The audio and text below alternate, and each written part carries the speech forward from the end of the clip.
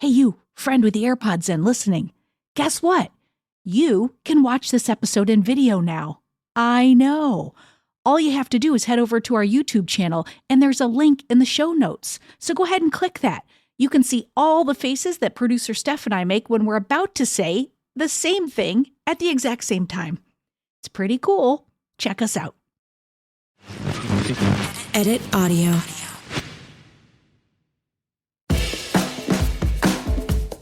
Hello, everyone. I'm Robin Hopkins, and this is Well Adjusting, where I talk to people about life stuff, but not in an NPR way. It's more like we're at the bar, having cocktails, getting into your business sort of way. It's giving drunk NPR. Oh, and producer Steph is here too. Hello. Hi, everybody.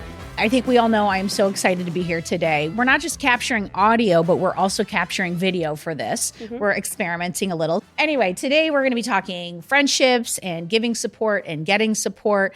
And Libby is a listener who reached out to us. And so before we get into the episode, I do have to say, don't forget, we love having listeners reach out. So just hit us at hello@editodd.io. Did I do it right, Yes. Steph? I did it. Or you can get us on any of the socials. Real Rob Hops. Edit audio. Edit audio. Just find us. Tell us you have a problem. We'd love to chat with you about it. Anyway, so Libby, you know how we love to start the podcast off. We always love to ask people, what's the reason that you wanted to chat with me and non-credentialed producer Steph? I'm also non-credentialed. Yeah. So I, over the last few years, have just started to notice this trend in my friendships that I get into. I have lots of very great friendships that feel really good, but occasionally I find that what tends to happen is I have usually a female friend in some big crisis, like a breakup or something, like things are really bad at work. And they lean on me a lot for advice. And sometimes I'm the only person they're willing to talk to about it. And then as that goes on over the course of months or sometimes years, the friendship just starts to feel really, really out of balance. And then things will, even to the point where things, like major things will happen to me.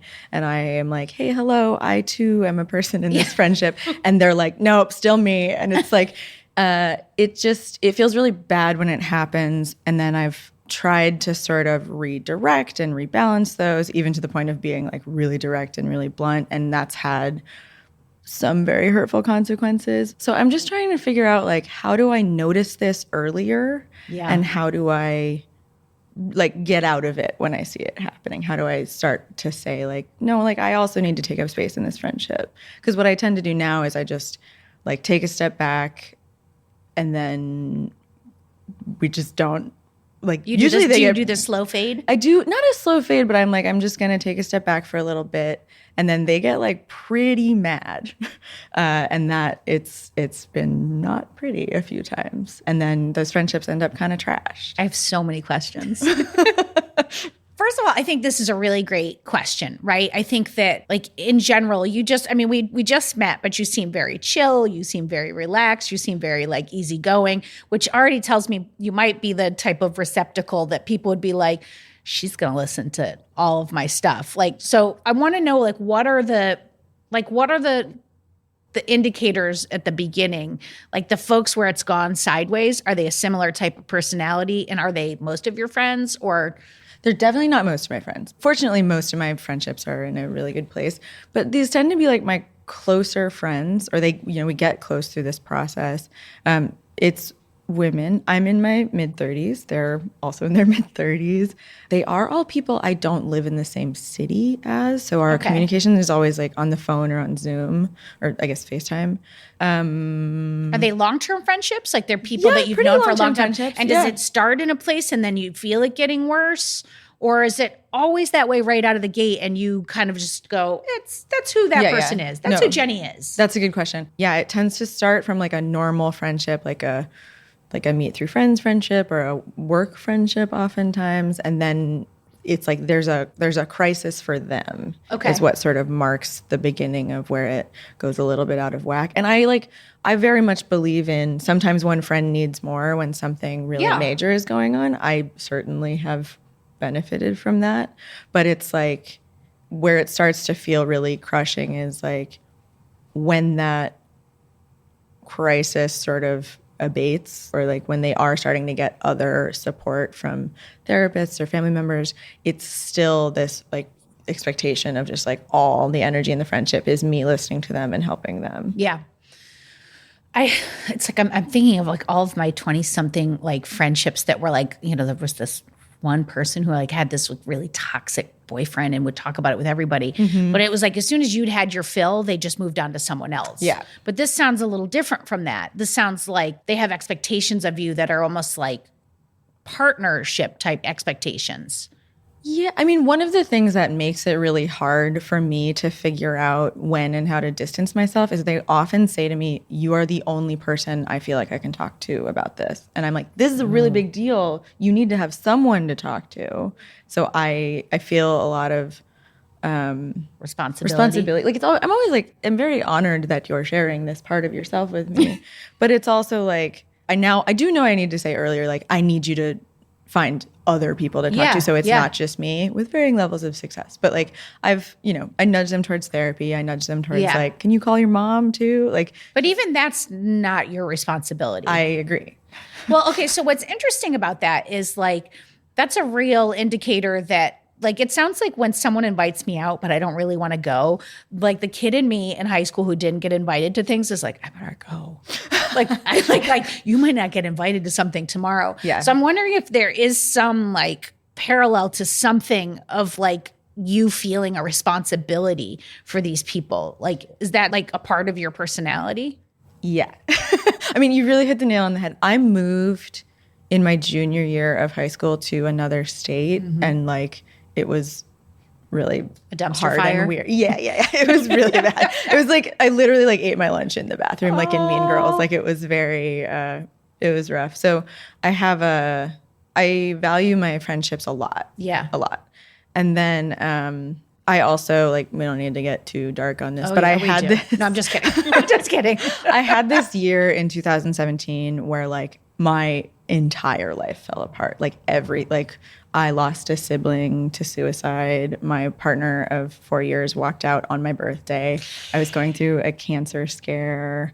My grandmother died. My mentor died. My father had a heart attack. Like it was like literally everything except work, like completely just like disintegrated.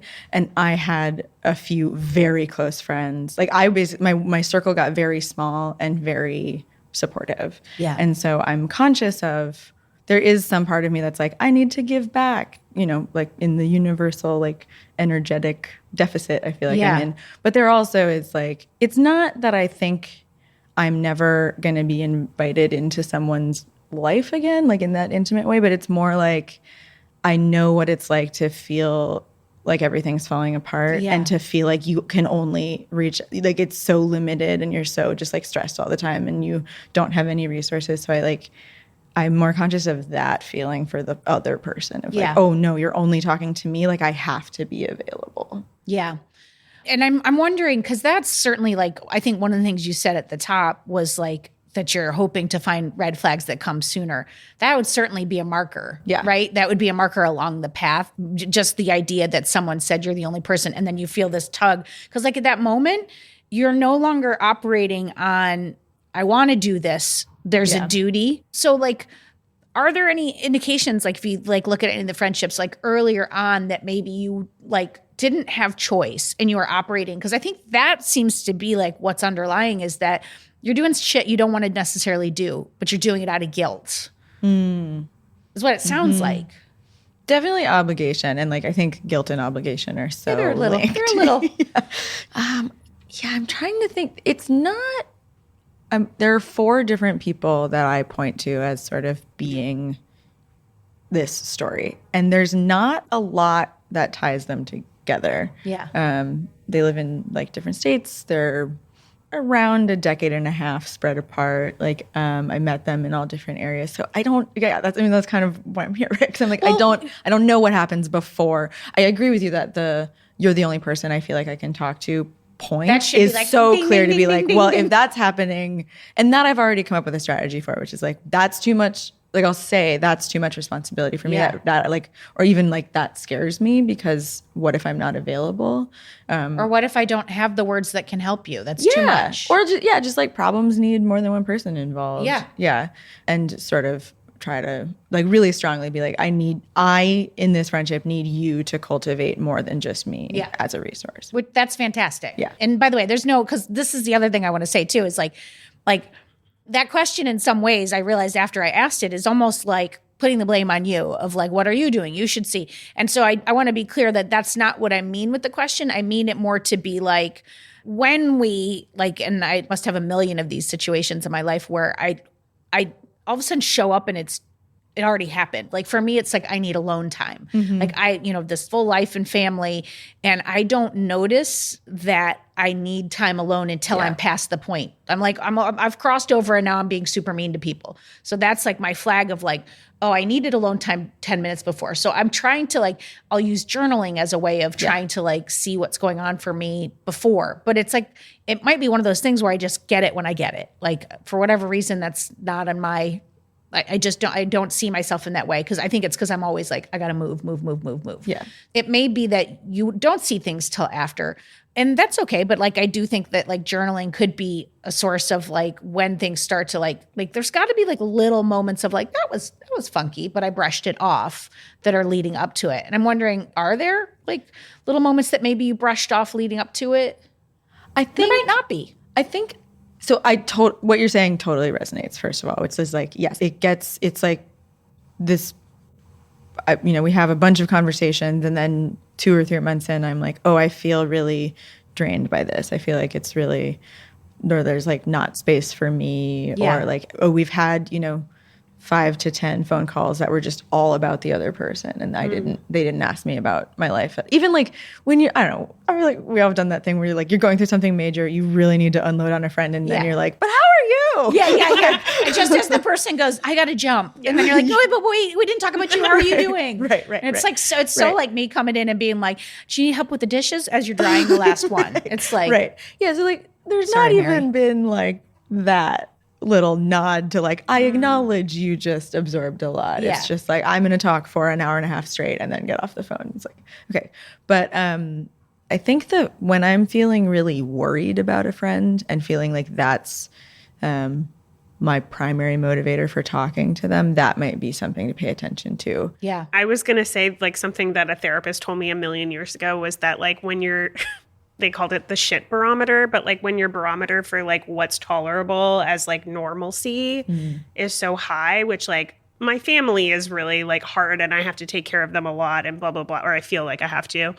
And so my like barometer of what's like acceptable for me to take on is like here. Yeah. So like I don't usually notice when someone new in my life is coming in and like adding stuff to my plate until it is way too much for like, I'm going to use the word normal, but like an average friendship, a typical friendship. Yeah. So it sounds like, and I don't know you at all, but maybe your like shit barometer is also pretty high of like what is tolerable to take on as like your own worry. So like responsibility. Yeah. No, for sure. I've had a chaotic life for sure. Welcome to the couch. Yeah.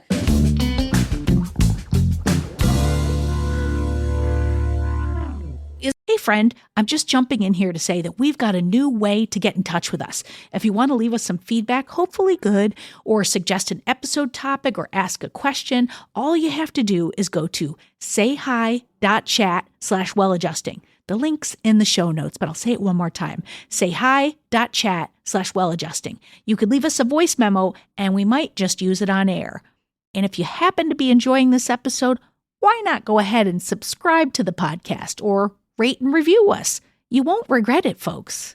Is there work that you can do to free yourself up from what a friendship means or should mean, right? Like one of the things that I think, because I came from a chaotic like household, I think I thought every person had to be everything to me.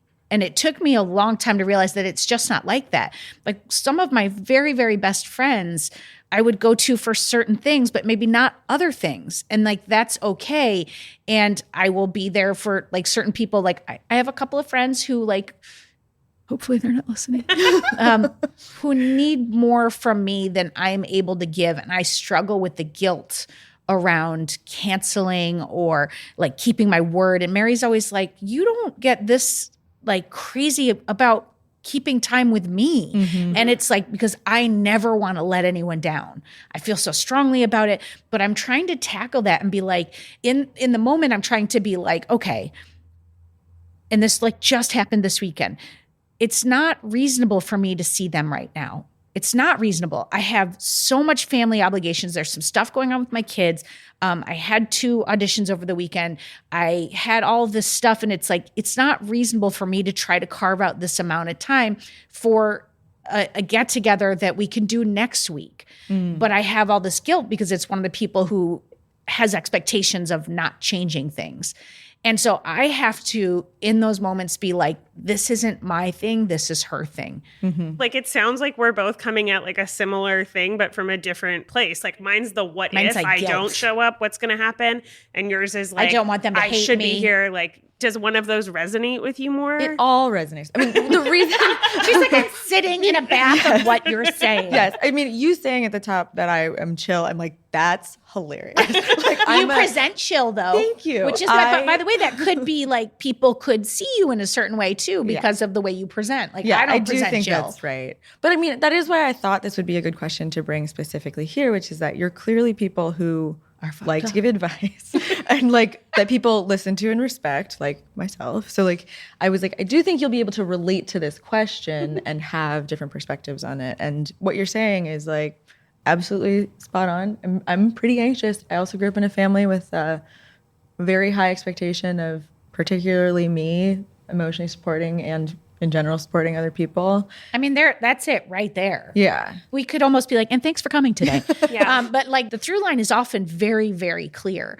And I think knowing it helps you in that recognition phase, like where some journaling might help of being like, because I would tell you, I would take each one of those 4 friendships and I would just write about each of them until you feel complete. Like start with one and write about it, write about the beginning, write like how it ended, right? At some point later, right? This is when it turned, right about that moment. Yeah. And then do that for all of the friends and then look for similarities. Look and see what, just like sit with it. Yeah. Because I think that might help the awareness piece.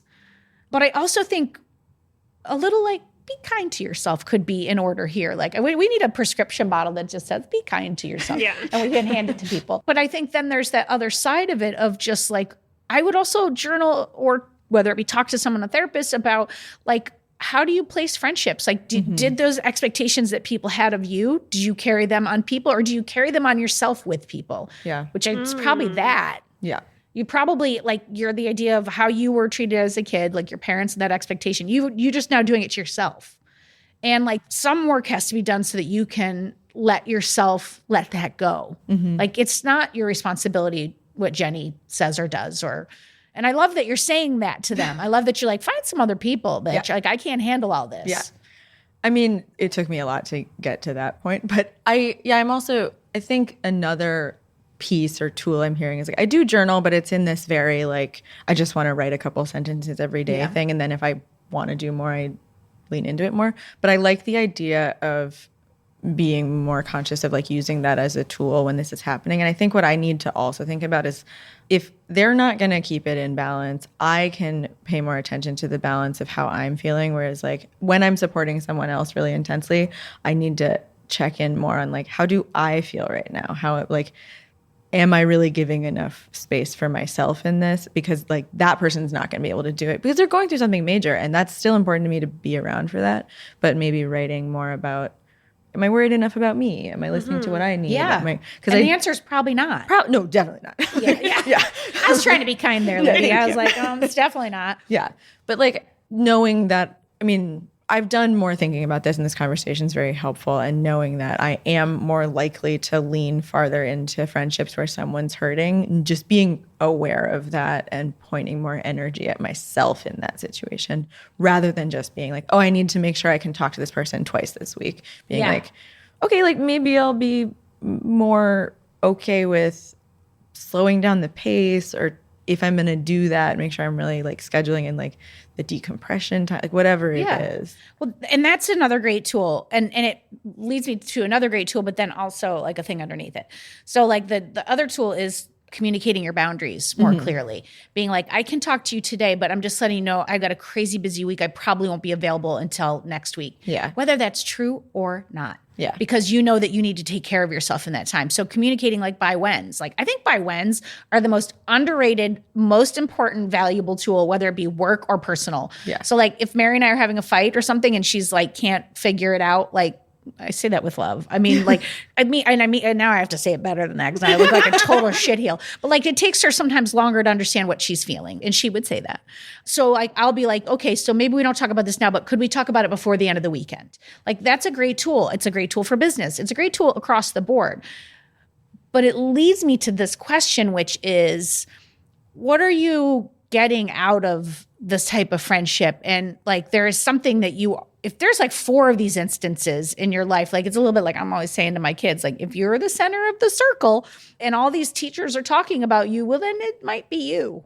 So it's like, and I say that like with love. No, totally. I take it with like, love. If there's 4 of them, like what's the connection? What are you being drawn to? Like, what are you trying to fix in them? Or is it just like you see somebody who's fallen and you just cannot help yourself? You must run over and you have to be the one to help, or something totally different? That's a good and big question. And I am going to go to school to be a therapist. Yeah, you are. Yeah, I am. Which is something I've wanted since I was a very young person. Like it occurred to me for the first time when I was like 14 or 15. So there's just be like a really thoughtful, helpful person. Yeah, I mean, I do enjoy like it. I find it very fulfilling to hear how people think and feel and think about how they feel and process hard things. Like that is something that is. I mean, I want that to be my career, right? So I'm like, I could do this for the rest of my life. So there is clearly some, and I'm like, I think whether it's nature, nurture, I am a helper. Like that's a meaningful identity for me. Yeah. But a therapist has a therapist that they unload on. Yes. And a therapist is probably a more therapeutic term to say that, not that. But and a therapist gets paid. Yeah. I mean, that's the other thing is like, and there's distinct boundaries. Right. You're not going to talk about you. I'm here to help you. Right. Like there's a lot in place for that to be safe.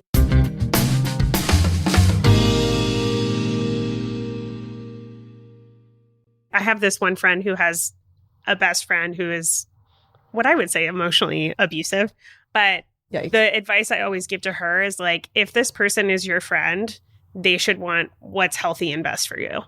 So if you feel like the amount that you're absorbing for them is like taking away from you and like making you less healthy and you show up in your life less, I feel like there should be space in any relationship to be like, I actually need a break. Like I'm like at capacity right now. Like, can we talk on Tuesday instead? Or whatever it is. And they should want that. Like if someone responds with like anger or hostility or like, that's a red flag. Like that's a huge red flag. Yeah. But at that point, it's like, you're already out past your sea legs. You're out too far. I don't know. I'm just a lot of phrases got just jumbled in there together. But you're out in the deep end. You're out too far, and you might be starting to go under. You know that. Yes. And that's when they're just going to be mad at you, and you just have to be okay with it. But it would be great if you had a ability to be like modulating it leading up to that point, so that it feels more like, so that they'll hear you. And I suspect the boundaries would be really helpful for you if you are like messaging out what your capacity is. Yeah. But I think also you just said you're just like, I can handle it, and it's like, but it's at the expense of you. Yes. I should say I have one of these 4 people I did very successfully was like, I need my turn. I'm going to be doing this big thing, which is applying to grad school. And I need support right now. And in general, it needs to be more balanced. And she was like, rock and roll. And it's been amazing. And we're like the closest friends I've ever had. That's fantastic. But I'm like, I think that's more because she's just like, she's a very direct person. So being really direct with her, she was just like, got it. We're good. Like, no question.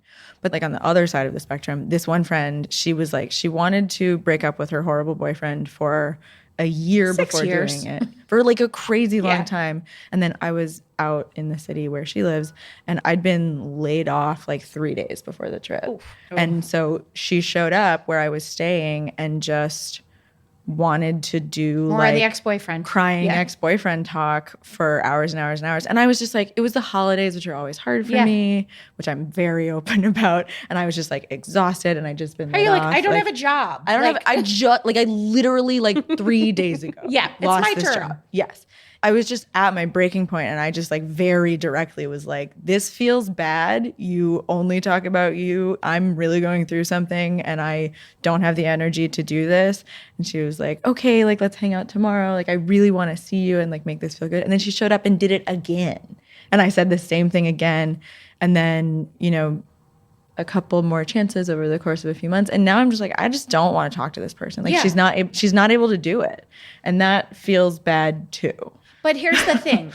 If you had started having conversations with her, like, because that's part of like the journaling or the thinking about it, the meditating on what worked and what hasn't worked and what's different between those two, so that you can like extrapolate what to do. Because it's like, maybe if you had been direct with her going up, you would have seen right away, oh, she's not responding to this. Yeah.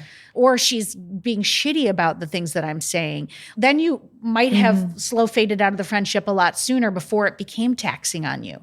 Like, we want to get it to the point that you aren't hitting emotionally or physically or taxed. We want to get it to the point where you're seeing the things, and then you're, you know, and you're getting there. And I think so much of it's going to be awareness of behaviors and of whys. Yeah. And like, clearly someone who needs to have the same conversation about breaking up with their boyfriend for 20 months is going to need there's like an obsession. Yeah. Like, there's a few reps to hear or like work through or process or like identify or like whatever it is. It's like, yeah, applying what I'm hearing from them to how I communicate with them might be better than me just being like, I'm going to do it the way I would do it, which is like hear it once, feel terrible about it, and like stress that because you need to think about the fact that for them, this is the first time they're hearing this. Right. For them, you're significantly shifting the playing field of your relationship. Yeah. Because you've been feeling away, but not saying anything. Maybe like subtly showing it. But these are people who aren't picking up on subtle cues. Yeah. So like out of nowhere, you went, you're this type of person and it's not good for me, and see you later.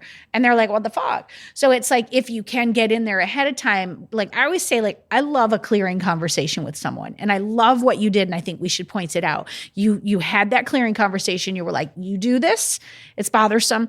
And then the next day she came in and did it again. And now you're like, hey, I can point back to that clearing conversation. Here you are doing it again. Yeah. And so like, I think that that's a real indicator of, should I continue this friendship? Yeah. But without the conversations, without that, like, you're playing baseball, they're playing rugby. Like, you're playing totally different sports, and you're both feeling like the rules are like, what's happening here? Mm-hmm. I totally relate to that. And I am a person who can get really fired up about something and then like explode a little bit. Whereas I should definitely accept. I should hold the mirror up a little bit more to making sure that it's not fair to them to not tell them how it's making me feel before it becomes this like what's called like a line in the sand. Yeah. Yeah. Well, and I think the distinction that's really important in this conversation, because I feel like sometimes when we're talking about things that we can look at, it can feel like victim blaming. It can feel like, well, what did you do? When this is a person who's unloading on you 24/7. So I just want to make it really clear to anyone who's listening or watching that we are saying that this person has a problem and they are doing something, but it's like, we always have the ability to steer around a person with a problem. Sure. People are shits, and they're going to continue to be shits in the world. But like, how do I navigate that? Yeah. Protect yourself, navigate it, not walk down the road too far. So I just want to be really clear. I never want you to be left or anyone listening to think that I'm like, well, here's what you should have done. No. I mean, I'm very prone to thinking everything's my fault. But in this situation, I think I do think I have a really healthy sense of what you said before, which is like, if this has happened with 4 people over a course of 6 or 7 years, like, I am the common denominator, and I can't be in anyone else's head but mine. Yeah. And you only want your life to be a little better. Yeah. You're already making their lives better. Well, but you need to want to be less emotionally exhausted and to have supportive friends, which is not unfair. What I want for these friendships not to disappear. Like, it also is hard for me that I can't right the ship and make it work okay, because like, they were people, people, I feel close to them. I want these friends. Yeah. But it's the way it's going, the trajectory now of like, I get really pulled in another direction, then try to pull it back and it doesn't work. And I just like, I'm like, okay, it's not going to happen. That's not good either. I don't want to like totally take us down another like track, but are you someone that responds right away when someone messages you about something? Yes. I feel a sense. I'm working on it. We'll go with that. I think Yeah, I think my immediate instinct is yes, but I'm cultivating a sense of like, it's text messages don't like go bad. It can hang out. It's okay to just be like, yeah, I didn't have the energy for this. I think there's when you have a problem or something, there's like a sense of urgency that happens in the moment that you discover the problem. Then there's like a self-regulating that happens. Mm-hmm. But for the person that's like, let's say Jenny, since that's the name that we've come up with. I really hope one of the four was not named Jenny. It wasn't. But I had prepared fake names in my head in case we needed to get into it. I love that. But so Jenny and her boyfriend got into a fight, and like, she's like, I need to break up with him again, blah, blah, blah. Like, she's feeling a sense of urgency in that moment and is probably messaging you or whoever the like one person that's helping her at that point.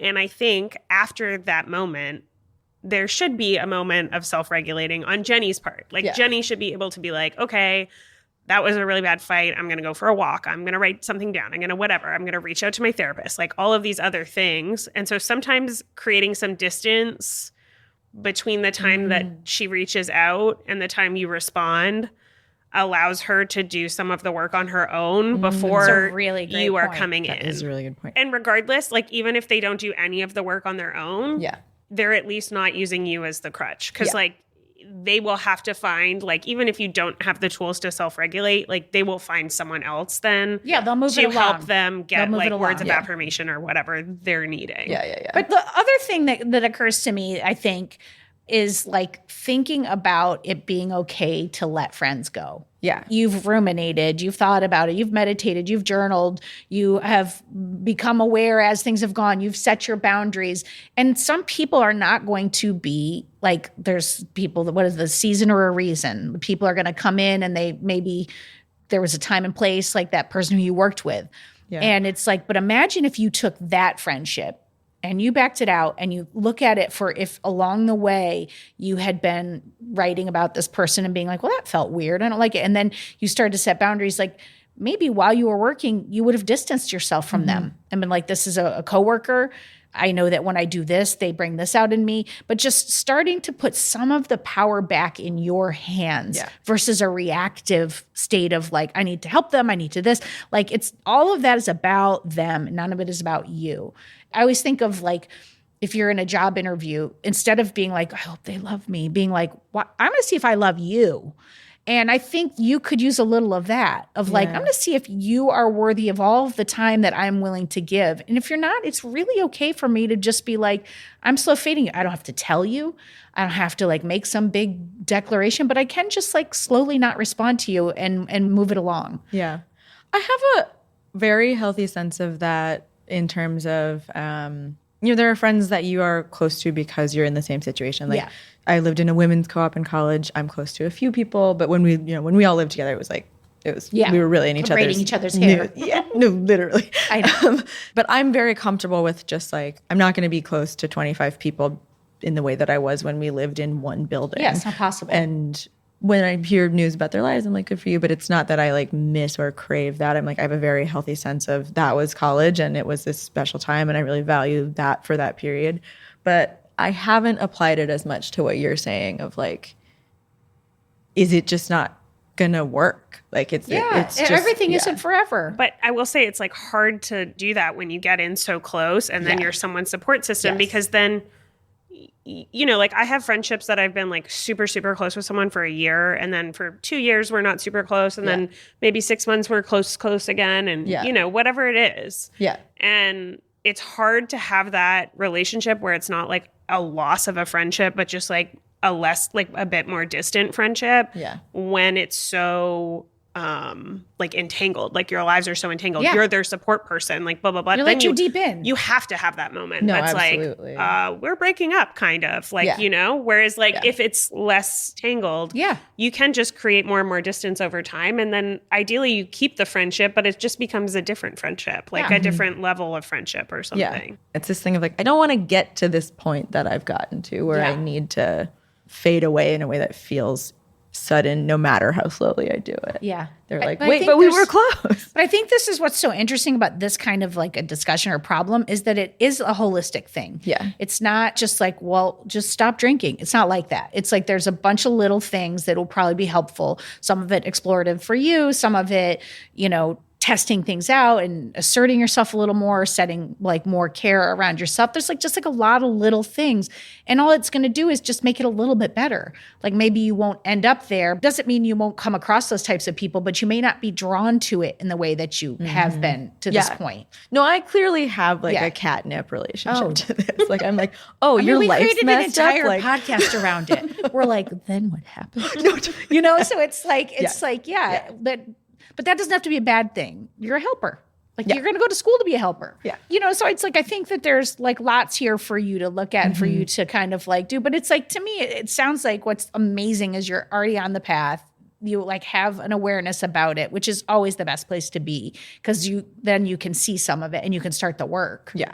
And you're a great friend, obviously. Yeah. So like at the very least you can like, I don't know, self-soothe knowing that. Like anytime you're like worried if I don't show up for this person like this or something, or if you feel guilty, like just remind yourself of that. Like you're obviously a very good friend and you want to be there for people. So they probably see that and recognize that too. Or if they don't, they suck. And that's that. Yeah, I hope so. I hope they notice. I think in general, like on the whole, my friends let me know that a lot. It's this little subset that's just like, I'm going to take everything you have. My old boss used to say, everywhere you go, there's going to be a Jenny. Like meaning like we're all archetypes. And it's like that micromanager at work, you might be able to leave Jenny at Microsoft, but then you're going to go over to Google and there's going to be another Jenny, but her name's going to be Tina. We were discussing a previous friendship that I had that I no longer have. And I was being gaslit. And one of the things I had to look at was like, do I get this feedback from other people? And the answer is absolutely not. Did I get that feedback in my workplace? Did I get that feedback that, you know, in my relationships? And no, but I still got taken on the ride. Yeah. For a lot more time. Like I'm still like, aren't I more aware than that? Like I stayed way too long. And I think we all, like, especially fixers, have the capacity sometimes to stay. That's your shipperometer of like, well, I'm not being murdered. You know, it's like, it's like, is that really bleeding? Yeah, exactly. No, but I don't need surgery, you know? So it's like, totally. but that can't be, or I guess it can be, but it's not how I want to live. Yeah. Like, because it sounds like the toll is your emotional and like, you know, like your feelings in a day-to-day. Nobody wants that. Yeah, that hits. Because a lot of times in these conversations, one of the pieces of advice I give is like, if everyone in your life is saying the same thing, they're probably right. And I think what you're saying is like the opposite's true too. If this is the only time this is happening, or this is the only person saying this, it's probably not true. Yeah. And that's a great way to look at it. Like, oh, it's okay for me to step away from this. Yeah. This is not normal and I don't have to do this. Yeah, I think taking on the idea that it's not about, like it is about me in that I keep doing it, but you keep showing up. I keep showing up for, I keep being the person that this person finds who's willing and able to do this. Hello. You pick up the phone every time they call. Yeah. And that's, but it is like everything. It's all what it takes two to tango, right? For everything. Yeah. I participate in the establishment of an emotional pattern, and then they see that as what we're going to do. Yeah. Because they're like, you've shown me over the course of years and months in this very intense situation that I can come to you for this. And like, yeah, of course it's going to take some more work to unprogram that. Yeah. But also, I really am interested in not getting into that to begin with. I think that's the thing. Not getting into it is the key. But then when you do get into it, how do you extricate yourself, and how do you when you feel that type of person, like, are there like test balloons you can kind of send out that's like, hey, this Tuesday I'd like to come over. I had a situation at work and I would like to just talk about that. Can we do that? And then like maybe there's some testers you can send out to see how this person reacts if you're starting to feel and you're unsure. And if you get over there, they'll absolutely get over there. There's popcorn, there's cheese and crackers. I got a whole scenario in my head. Oh, you better bring snacks. However, they are like, start talking about the ex-boyfriend, then you go, okay. Yeah. So I'm here. Yeah. And now I have to, like, you can start, just like I always say, if we're talking about the workplace, I don't ever say to someone, well, you better go right to HR. The first conversation has to be with the boss who's doing the thing. Yeah. And you have to give them the opportunity to do better. Yeah. So you give them the opportunity to do better. Yeah. They don't. Well, then it's like, okay, what's this team exit plan? And another test balloon is creating that distance. So like being like, I'm not going to respond to this text for 4 hours instead of responding right away. Like, you do have other shit going on in your life. That is reasonable. Oh, yeah, definitely. That's such a simple and a great bit of advice. And it also, works like, at work, I too. think a lot of people don't respond to texts immediately. So, like, it's not even weird. But I think probably in this room it is weird because we're all...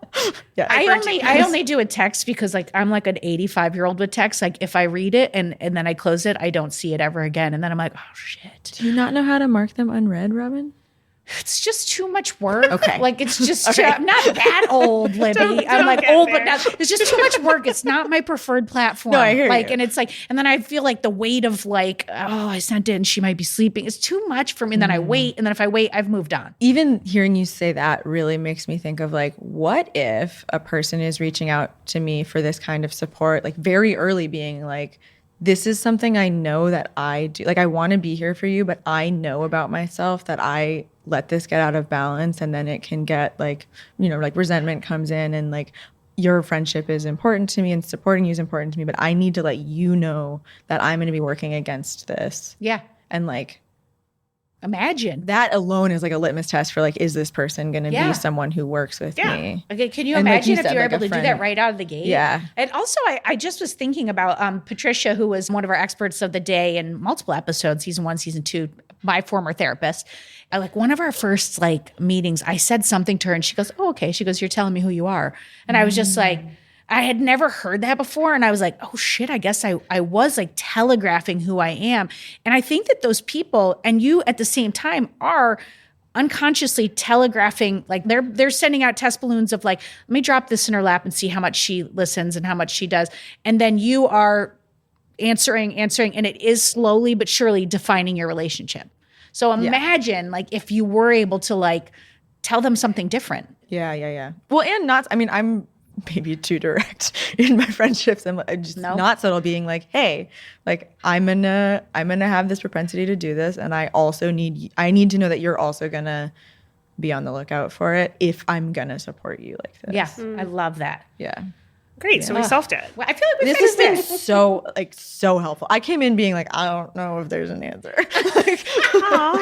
By the way, This is every really, time really before we hit useful. record, I'm always like, I don't know if there's an answer. Let's just see what happens. But I think that this is I'm so glad that you reached out. I'm so glad that you wanted to be on the show, because it's like, there's really something in that same former therapist, Patricia, said, you guys have created this thing that's sort of like almost like a unique and new group therapy. And I think it's like every episode, we're always like, that was so helpful to me. Yeah. And, just because everyone's in an honest place of saying, I don't know for sure, but have we thought about this? Yeah. And so this has just been such a cool conversation to kind of just like pick it apart and just look at, oh, here's all the ways that I'm not taking care of myself and I'm pushing boundaries and letting someone else push me. Mm-hmm. And just like the broad range of practical everyday, like just like maybe don't answer that text, to like journal and introspect, and like there's so many tools I feel like I've taken away from this.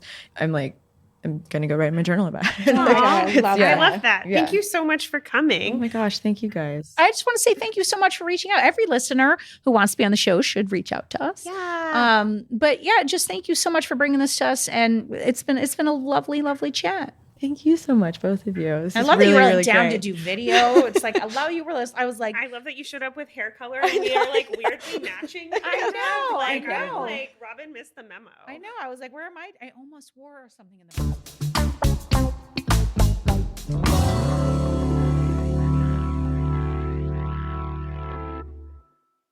That was such a great conversation. I can't speak for you, Steph, but like friendships are such a big part of my life. I mean, my closest friends have been around way longer than my wife. So shout out to all these people for hanging in and hanging out with me for that long. But as we were talking about all these things, like I was thinking about what are some of the, friendship fails or troubles that we've hit, things like that. And then I want to follow that up with you. Go first, Steph. Go. I mean, I don't know if this is like a friendship fail or not, but it was a moment that I had that was like kind of similar to like, I think what Libby's having right now, which is like, I broke my leg super, super badly and needed to get immediate surgery. And I was like, fuck, what do I do? Like, I live alone. Like, I couldn't do anything for myself. And I was like very medicated and I had to get surgery. So I was very medicated. Yeah. My best friend like came down from Toronto to like help with my surgery. Thank you, Nikki. And then two of my friends here like really stepped up. And of course, I don't expect all my friends to step up in the way that those three did. But I did expect like a level of like, checking in on me or like, you okay? How are you doing? Or like, however you want to show up. And I did notice some people just like really didn't show up at all. Like just didn't say a word, nothing. Maybe checked in one time, but I was like bed rest for 3 months. And there were some people that just like, I never saw them. They never like called or FaceTimed me or texted. Are you still friends with them now? No. I mean, I didn't think about it during that 3 months, but after I was like reflecting and I was like, I haven't seen them in like this amount of time. And there was like a very clear moment for me where I was like, oh, okay, these people maybe don't care about me in the way that I care about them. Yeah. It's like a restructuring of like the setup in your mind. Yeah. Doesn't mean you never are their friend again, but just they're not who you think they are to you. I put them into like my party friend category or my like hangout friend category. They're like acquaintances. They're not like a take me out of prison. It's just it's a reframe. Mm-hmm. Well, I can think of like two stories. Like one, I was in absolute shit and it was in high school. I wrote about it in Substack and I'll tag that in the show notes. But I was so insecure at that age and I was so desperate to be liked and was talking to this girl about, and she was like, we should just be like, fuck those popular kids. And I was like, absolutely. And I was so happy to have a friend. And then one of the popular girls said something either about her and it was like my moment to, and I didn't. I either said something also or I, applauded it or whatever I did. And then I turned around and she was standing behind me. No. And it's like, I will, yeah, no. And I've apologized to her as an adult and she's, said a really nice thing that she took my story that I had written and shared it with like students and said, who you are in high school doesn't have to be who you are as an adult. It was just like one of those moments that I was like, oh, like I was the worst fucking person ever. But, then I also had a relationship, where I was gaslit 24/7 and this person treated me the way that no one has ever in my life. And I really allowed it for quite a number of years, which I was surprised by. And it's just, I'll never speak to them again. It was so toxic, like just never, and I don't have, thank you. I mean, but what makes me feel better about it though, is that I've never had that interaction with anyone before or since like that. So I'm like, I can let go of it and be like, oh, this isn't about me. This has nothing to do with me, and I have good people in my life. But it is just like, I love that you're like, this friendship was super toxic and like blah, blah, blah. And then on the other side, you're like, and I blame myself. I know, right? But it's when someone's gaslighting you, you really can get into a space where you're like, maybe it's me, maybe they're right. Because there's always like a hint of truth in what they say, I think. And they blow it up. Yeah. I'll be like, okay, well, you are pointing out things that maybe these aren't my best qualities. So let me do work on that. How nice would it have been, though, if you like did those learnings on yourself, but they was like framed from a positive point, right? Like it was like, me being like, hey, Robin, like you're the best, blah, blah, blah. I've noticed this little thing is happening. Like, can I support you while you work on that as your friend? Then you would be like in such a better place when you were working on those things and it would be so nice. So I think there's like that would have been a different experience. I don't need to do it in a toxic and traumatic way any longer. Yeah. But it was a moment for me to understand like, okay, so there's a little more growth to be done in this about not letting people in that way.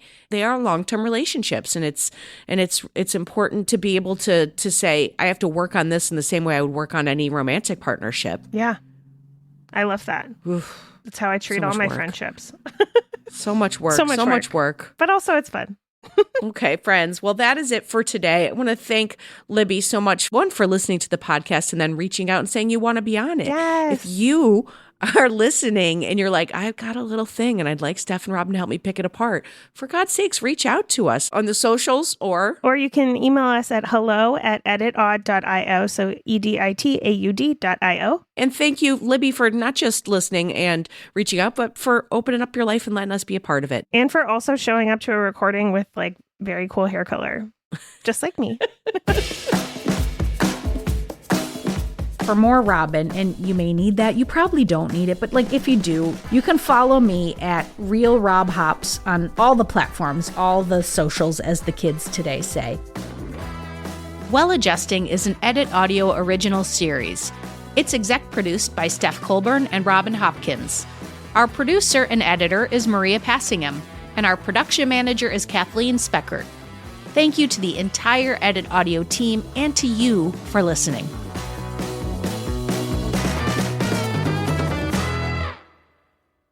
Oh, hey, before you take out those AirPods, this show is just for entertainment. If you are in need of help, please, please, please reach out to a professional. Go ahead and get that help. You deserve it.